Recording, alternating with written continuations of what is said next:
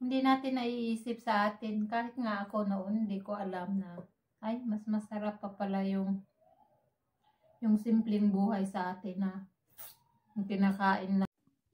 Hello mga kaparis! Welcome to my channel! Katify Vlog, please do subscribe! Hello mga kaparis! May gabi sa inyong tanan. Magandang gabi. Kumusta po? Advance Merry Christmas! Magbumukbang po ako ngayon. Nagluto ako ng bodboron, isda po, at saka balanghoy, kamuting kahoy, kamuti, at saka saging na binoil ko lang po tapos nilagyan ko ng gata. Natakam ako sa pagkain Pilipino eh. Tapos mais, pero ang tawag dito po kuskus. Sa atin mais yan, sa Bisaya. Tapos may grapes ako dito. Tapos toyo para sa isda. Nagsisimula na lang ako dahil yung kapatid ko nasa trabaho pa. Tapos ayaw din namang makisabay sa camera. Kaya kain na lang siya mamaya. So, kumusta po ang Pasko? Malapit na po yung paraffles namin. Please be there. Maraming pa-premyo po at sana mag-enjoy po kayo sa Pasko ninyo. Sana manalo kayo. At sana suportahan nyo po kaming dalawa ni Anunciacion Poblador at saka ako, ni Miss Ann. At sana po I wish you all the best. I wish you a Merry Christmas, a prosperous New Year, at sana po always healthy. Yun lang po. Salamat. Sana sabayan nyo po ako dito sa isda. Bumili ako dun sa kasi yung isda dito, pag sa Filipino store ako bibili ang mahal. Tapos malayo pa yung Filipino store dito sa amin. Dito may mga katabi ako na mga mga Indian yata o Sri Lankan sila. Tapos mura lang yung nila, kuha nila sa mga tinda nila. So dyan na lang, malapit sa amin. Kaya yun. Hinahanap ko nga sana kung may bangus. Wala, ang tagal na nilang walang bangus.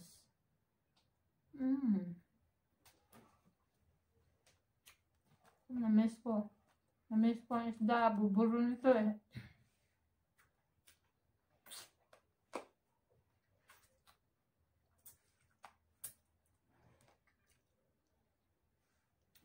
Sana po magsabi kayo sa mga kapitbahay nyo, kamag-anak nyo, para po dumami tayo sa paraffles.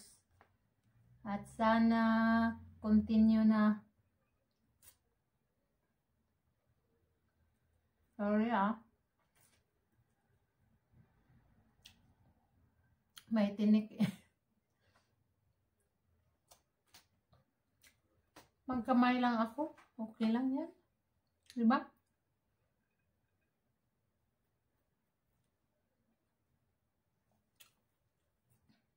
Kumusta dyan sa mga taga Cebu? Sa mga taga Cordoba?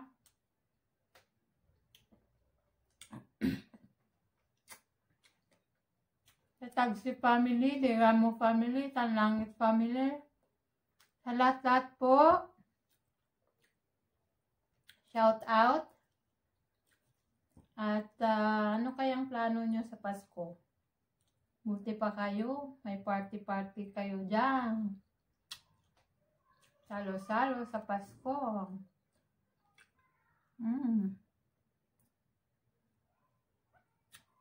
Tagal ko na rin hindi nakauwi sa Pasko. Isang beses lang ako nakauwi sa Pasko. Hindi bali. Marami naman kaming regalo. pamilya. Yun nga lang, pag OFW ka, naku po, lahat ng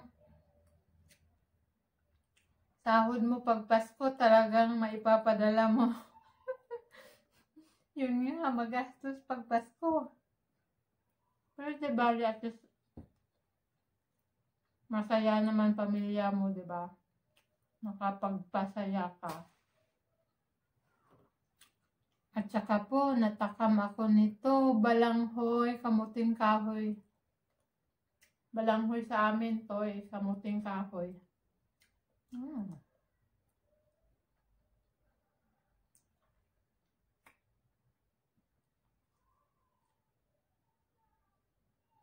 Mayroon po lahat sila. Malala ko sa bukid nito. Kasi nung high school pa ako, pag bakasyon, dalawa kami ni Vilma niyan, yung pinsan ko. Pupunta kami sa bukid. Doon sa Overhill. Tapos gala kami ng gala. Tapos lagi namin kinakain yan, mga ganyan lang.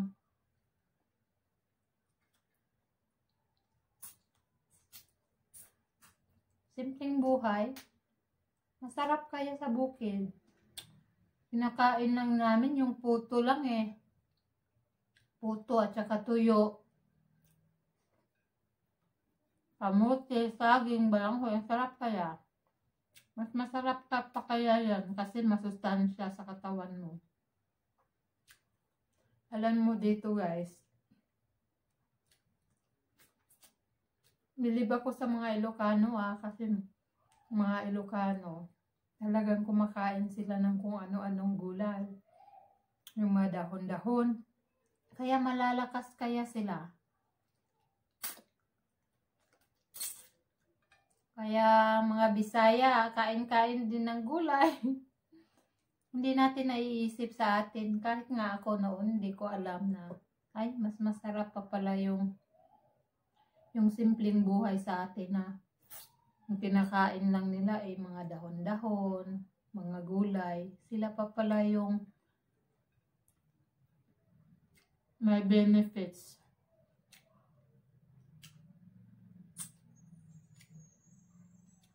Sa atin kasi yung mentality pag kumakain ka, mas gusto mong may baboy, baka, manok. Which is less ang benefits na makukuha mo. Mas maganda gulay, isda. Ang isda kasi,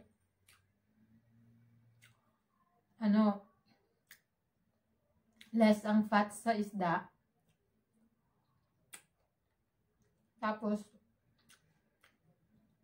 kasi yung mga animals daw may feelings. Kaya nakukuha natin daw yung feelings ng animal. So, not so bad to the health.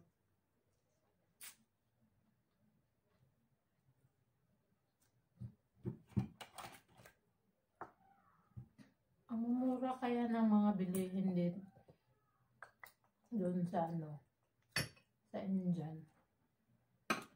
Ito 360. Pag bibilhin ko ito sa Filipino store, 5 na. 5 euro. Kaya ang mahal. Kaya yung difference talaga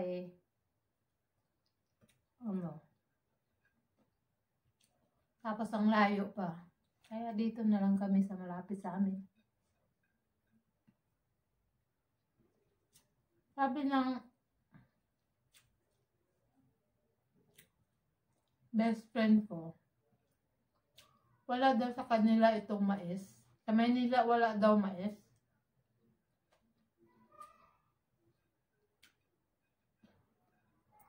Sabi ko nga, abo, hindi pa daw niya natikman yung mais. Kaya daw, pag uuwi daw siya at pupunta siya sa Bisaya, titikim daw siya ng mais.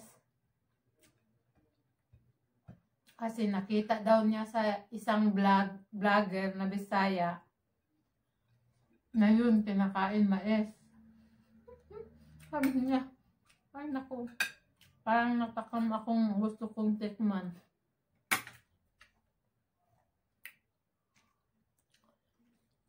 Matagal pang uwi yung kapatid. Malapit na pala. Kasi may curfew dito hanggang 8 o'clock lang sa labas. Pero pag trabaho naman, okay lang. Dapat meron ka rin yung papel na galing ka sa trabaho.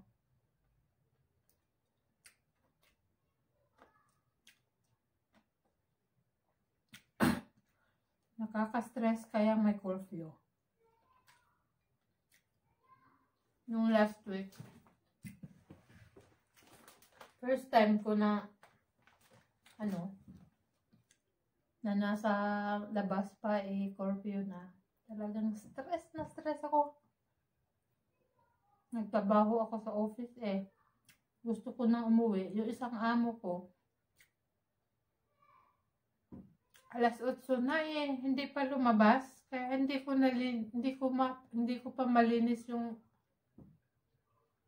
office niya. Ay nako. Stress ako dahil takot ako na may train pa ba na makauwi ako. Yung ganun. Kasi first time ko nga.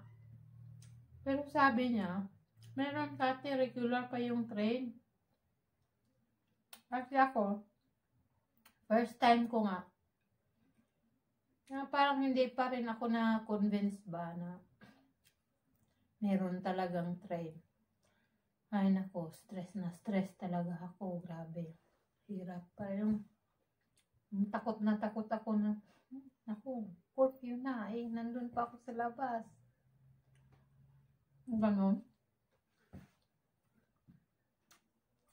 Tapos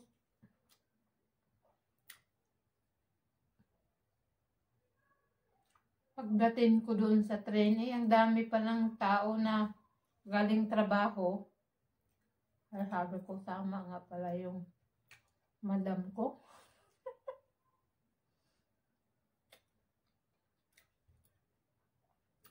Kaya ako, stress.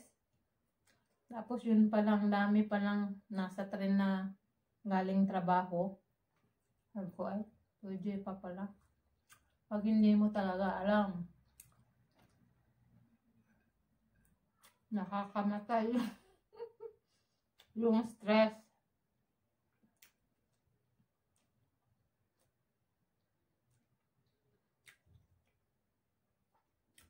Kaya guys, buti sa inyo wala ng curfew.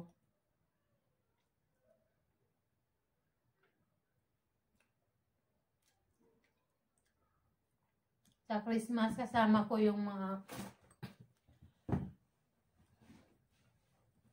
friends namin, mga taga Cordoba rin.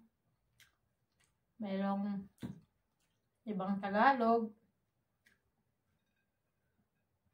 Magsalo-salo kami. Doon sina Denden. Diba, magbablog din ako doon.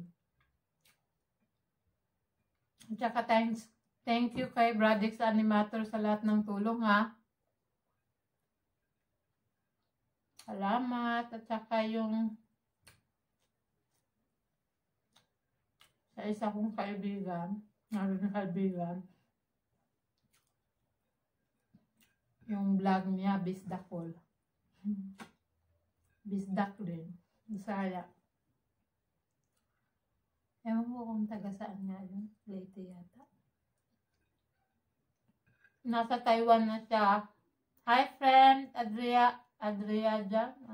Ano nga ba yun? Hi friend. Salamat sa tulong.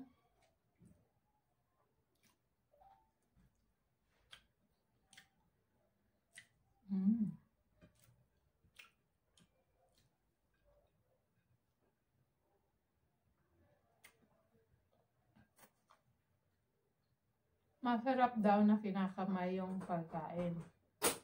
Kaya yun. Ayan mga kapatid ko. Karating lang.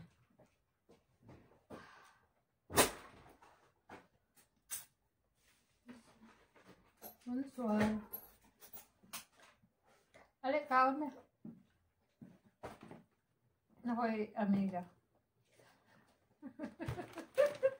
Akong vlog. KFC. Chicken. Nag-KFC ka? Asa gali ito dapit ang kuan? Ang kanang DFR. Immigration. Oh. Hindi, mag-revo. Kuan ba na ba? Ako translate ako. Hindi, sa Pilipino mas Lagi, embassy. Asa ka dapit eh? sa line 9. Ranlag. Ranilag. Kasi address. Doon naman na ako trabaho. Ikaw sa internet. Nga maging kahoy.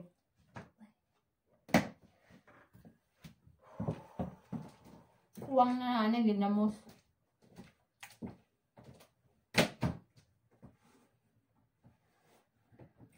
Wala rin requirements o magpa-translate. Wala ra. Katura yung doon ni mo kuan. Passport, dili. Dada? Well,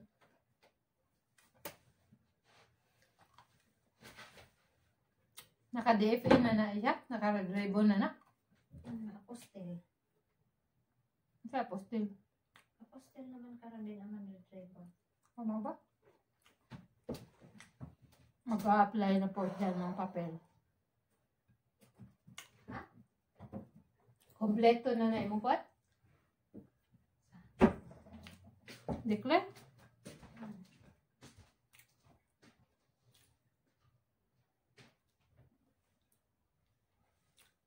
Hirap kaya mag-apply dito ng papel. Ha? Wala. Kausap po ang mga viewers ko. Ako sa rin ipascan o ipaserox ako. Kaya para ako ang sa tax na ko ba ako itong ipapuan. Diba? O ano to? Single pa man to. Ako ang sa tax. Oo.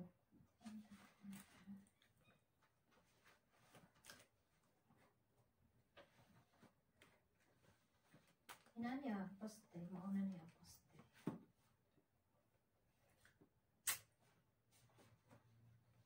Ako saan ipascan.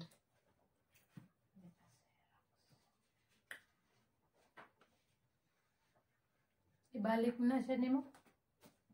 Ibalik na ni? Ay, Xerox lang. Ibalik na siya ni mo. Iulit.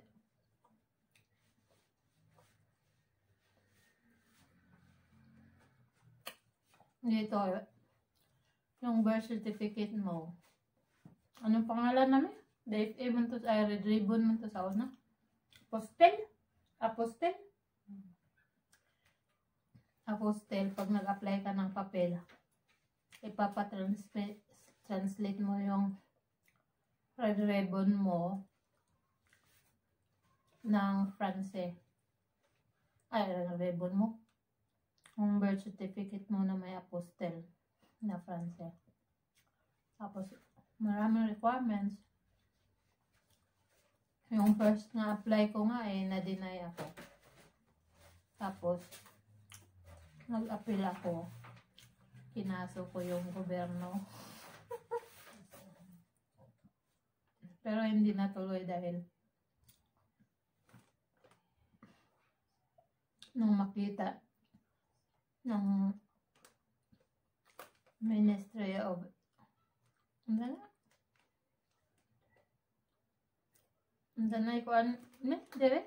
Ministry of Philippine Embassy? dili ka na applyan na ba?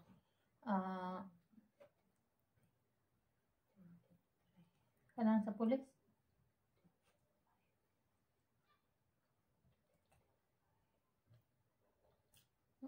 Perfect for the police. nung makita nila na nag-file ako ng appeal. 32 ra dapat na. Ang ko ano? 35. Oh, 35. Oh, sakto yun, 35. 34.5. Okay lang. Pinaunan ko yung every other week na 3 hours.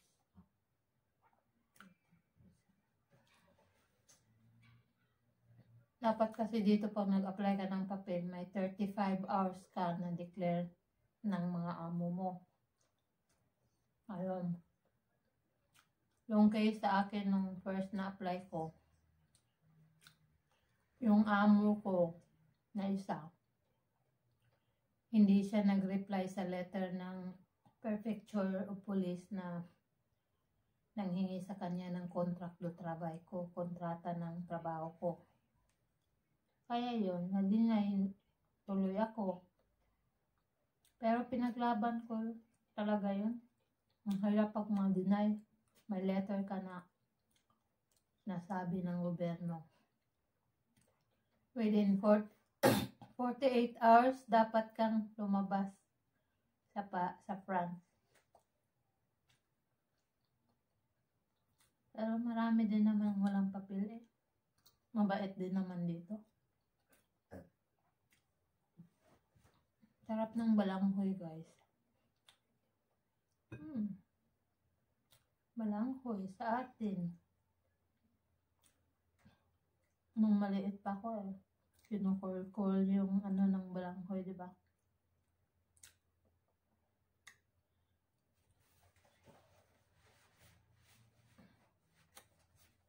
Sinuod ito? Namiya sa balanghoy.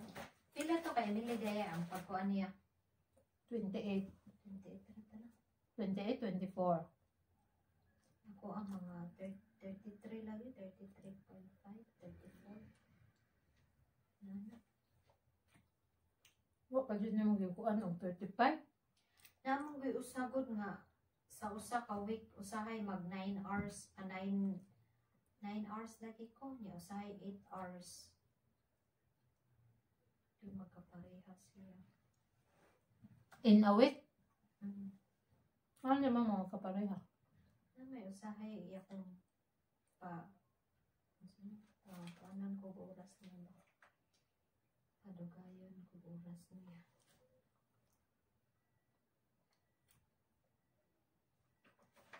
Ay.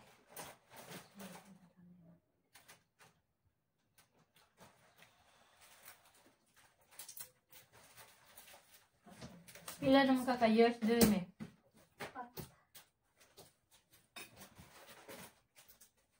Upat. Ang kapatid ko isa sa Emily, na-deny siya. Kasi nag-apply siya. Hindi kompleto yung hours na required na 35. Pero nag-try siya.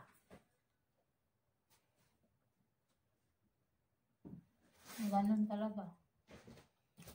Sige na guys. Bye. Thank you for watching. See you sa paraffle sa Christmas. Sa 27 po. 7:30 Pinas time. Meron pa palang ano dito, KFC.